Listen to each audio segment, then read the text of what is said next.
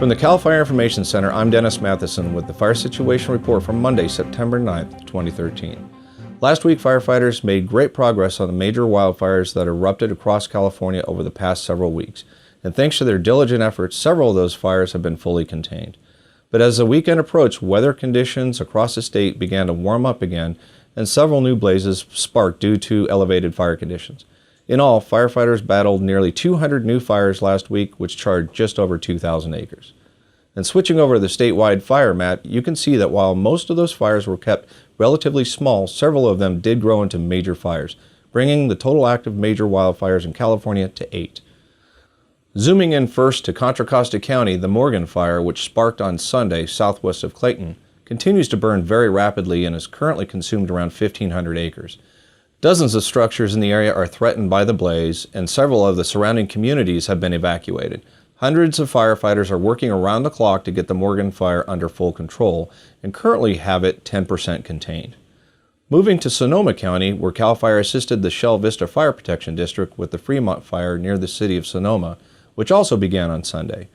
That fire led to several surrounding structures being destroyed and a propane tank caught in the blaze, taking down a major transmission line, causing power outages in the area. Thanks to an aggressive attack by firefighters, that fire was fully contained within hours. And in Tuolumne County, firefighters continue to battle the rim fire burning near and in Yosemite National Park. Over the past week, firefighters made good progress on the rim fire. While some campgrounds and roads remain closed, all evacuations in the area have been lifted. According to the U.S. Forest Service, the rim fire is now just over 250,000 acres and firefighters have it 80% contained.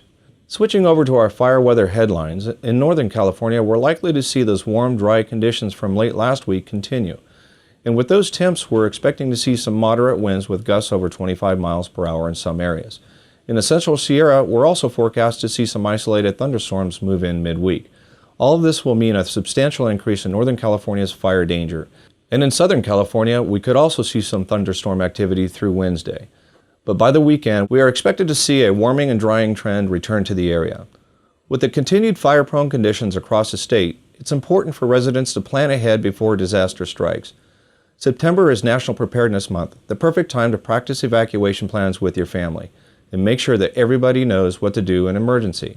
If your family doesn't have a plan yet, sit down with them and create one now, because planning now can save lives when disaster strikes. For more steps on how you can prepare for an emergency, visit readyforwildfire.org. That's the latest on the fire situation in California. I'm Dennis Matheson. Have a fire-safe week.